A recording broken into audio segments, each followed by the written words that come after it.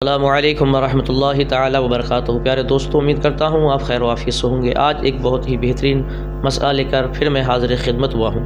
ایک بھائی نے مجھ سے کامنٹ میں پوچھا ہے کہ حیض و نفاس کے تعلق سے کچھ باتیں بتائی جائیں، کچھ گفتگو کی جائے، کیونکہ رمضان کا مہینہ چل رہا ہے۔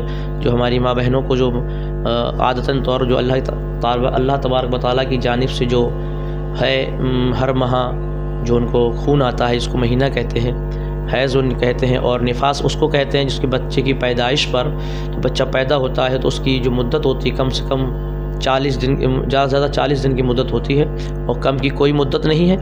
تو اس حالت میں اگر روزے کی حالت میں عورت ہے اور اس کو حیض آ جائے تو کیا روزہ ٹوٹ جائے؟ پھر اس حالت میں کیا کرے؟ وہ روزے کی قضا، اس پہ کفارہ لازم ہے یا کیا مسئلہ ہے؟ اس کے بارے میں کچھ بتائیں۔ تو میں نے سوچا کہ اسی کے بارے میں آج گفتگو کر لی جائے اور کچھ آپ کو مسائل بتا دیے جائیں۔ تو بس ویڈیو میں آخر تک بنے رہیں ہمارے ساتھ میں۔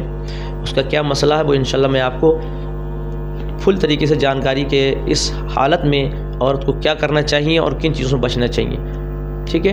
یہ مسئلہ ہے حیض و نفاس والی عورت کو قرآن مجید پڑھنا دیکھ کر زبانی اور اس کا چھونا، اگرچہ اس کی جلد یا جو چولی یا حاشیہ کو ہاتھ یا انگلی کے نوک یا بدن کا کوئی حصہ لگے، یہ سب حرام ہے، ٹھیک ہے؟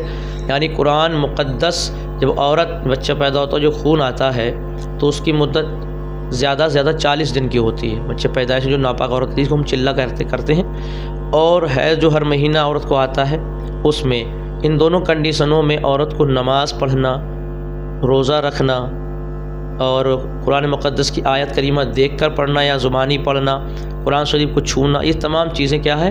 حرام ہیں۔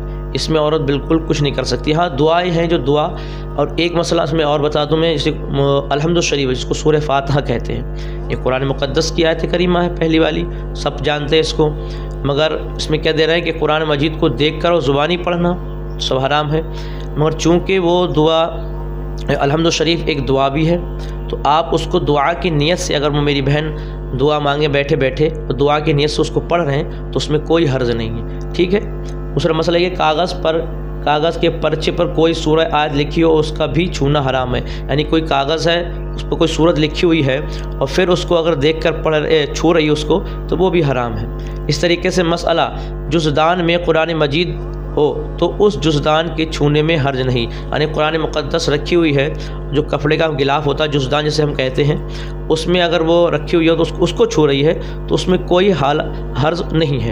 دوسرا میں آپ کو بتا دوں، جس کے بارے میں جو پوچھا خاص کر کے کہ میری بہن یا میری ماں کوئی روزے سے ہے، ٹھیک ہے، سحری کھائی، اس کے بعد میں دن کا وقت ہوا، اس کا جو ٹائم تھا آنے کا، خون ماہواری مہینہ، اور وہ آ گیا، تو اب وہ اس کنڈیشن میں کیا کرے؟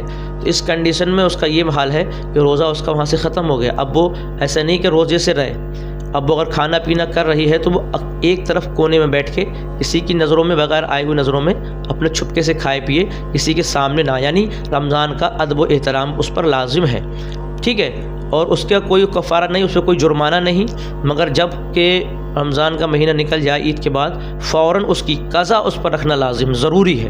اگر وہ اس کی قضا نہیں رکھے گی، اس کے علاوہ اگر وہ نفلی روزے رکھے گی تو وہ قبول نہیں ہوں گے، جب تک کہ جو قضا چھوٹا ہے رمضان میں، اس کو پہلے اس کو رکھنا ضروری اور لازم اور واجب ہے۔ پہلے اس قضا کو، جتنے چھوٹے روزے وہ سب کے سب رکھیں، ٹھیک ہے؟ دوسرے مسئلہ، اس حالت میں کرتے دامن یا دوپٹے کے آنچل یا کسی ایسے کپڑے نے جس کو پہنے اور اوڑھے ہوئے اور قرآن مجید چھونا حرام۔ غرض کہ اس حالت میں قرآن مجید کو کتب دینیہ پڑھنے اور چھونے کے متعلق وہی سب احکام ہیں جو اس شخص کے بارے میں ہیں جس پر نہانا فرض ہے یا جن پر غسل کرنا فرض ہے۔ یعنی سو کی سیدھی بات ایک ہے کہ غسل جس پر واجب ہو، مرد ہے، ناپاک ہے، تو جو کنڈیشن آدمی کی، ناپاک آدمی کی، وہی کنڈیشن اس عورت کی، لیڈیز کی ہے۔ تو ان تمام صورتوں میں آپ حضرات کو بچنا چاہیے۔ دوسرا کیا ہے مسئلہ؟ قرآن مجید کے علاوہ اور تمام اذکار کلمہ شریف، درود شریف وغیرہ پڑھنا بلا کراہت جائز بلکہ مستحب، اور ان چیزوں کو وضو یا کلی کر کے پڑھنا بہتر، اور ویسے ہی پڑھ لیا جب بھی حرج نہیں، اور ان کے چھونے میں بھی حرج نہیں، ٹھیک ہے، ان چیزوں کا آپ خاص خیال رکھیں۔ یعنی قرآن مقدس کی آیت کریمہ پڑھنے کے علاوہ جو تمام اذکار وظائف ہیں، اب درود شریف بھی پڑھ سکتی ہیں ہماری بہنیں، کوئی دقت نہیں، کلی کر لیں، وضو بنا لیں۔ اگر نہیں کر رہی ہیں، بہتر یہی ہے کہ آپ وضو بنا لیں ایسے ہی اور کلی وغیرہ کر لیں، اور ادب و احترام سے بیٹھ کر اپنے درود شریف پڑھتے رہیں، اور دوسرے کلمہ شریف بھی پڑھتے رہیں، دوسرے وظائف ہیں وہ بھی آپ پڑھ سکتے ہیں، تاکہ اور ان دنوں میں ایک بات اور بتائیں، کیونکہ تقریباً کسی کا 6 دن 7 دن یا 10 دن تک ہوتا ہے، تو ان دنوں میں آپ کی نماز کی عادت نہ چھوٹ جائے ان عورتوں کی، ہماری بہنوں کی، کیونکہ دن ایک ہفتہ زیادہ ہوتا ہے، کاہلی پر نہ آ جائے۔ تو بہتر یہی ہے جب نماز کا وقت ہو تو آپ وضو کر کے وہی ٹائم پر مصلی پہ صرف آ کے بیٹھ جائیں، بس ہر وقت نماز کے ٹائم پر آ کر وضو بنا کر مصلی پہ بیٹھ جائیں، تاکہ جو آپ کی عادت ہے نماز پڑھنے کی وہ عادت خراب نہ ہو جائے ان 10 دنوں میں، 8 10 یا 6 دن یا 7 دنوں میں، وہ عادت آپ کی خراب نہ ہو جائے۔ اس وجہ سے بہتر یہ ہے کہ جب نماز کا وقت ہو، اذان ہو، تو آپ فوراً وضو کریں، مصلی بچھائیں، بیٹھ جائیں، اتنے وقت جتنے وقت آپ نماز ادا کرتی ہیں اتنے وقت میں آپ درود شریف وغیرہ کوئی دوسرے وظائف پڑھیں اور دعا مانگیں، آپ اٹھ کے چلے جائیں۔ ہر وقت کی نماز میں آپ کو ایسا ہی کرنا ہے، تاکہ آپ کی جو عادت اٹھنے کی ہے اور نماز پڑھنے کی ہے، مصلی پہ اتنا وقت گزارنے کی ہے، وہ بنی رہے، ٹھیک ہے۔ مسئلہ ایسی عورت کو اذان کا جواب دینا جائز ہے، یعنی جو حیض والی عورتیں، نفاس والی، وہ اذان کا جواب دے سکتی ہیں۔ ایسی عورت کو مسجد میں جانا حرام ہے، ٹھیک ہے، مسجد میں تو ویسے نہیں جانا چاہیے، عورت کا کام ہی کیا ہے، ٹھیک ہے۔ تو ان تمام باتوں سے بچنا چاہیے۔ اگر مسئلہ سمجھ میں نہیں آیا ہو تو انشاءاللہ آپ دوبارہ مجھ سے پوچھ سکتے ہیں، امید کرتا ہوں سمجھ میں آ گیا ہو۔ بہرحال مسئلہ یہی ہے کہ جب اس کنڈیشن میں لیڈیز ہوتی ہیں، عورتیں، تو ان کو نماز، روزہ، قرآن مجید پڑھنا، دیکھ کر کے چھو کر زبانی تمام حرام ہے۔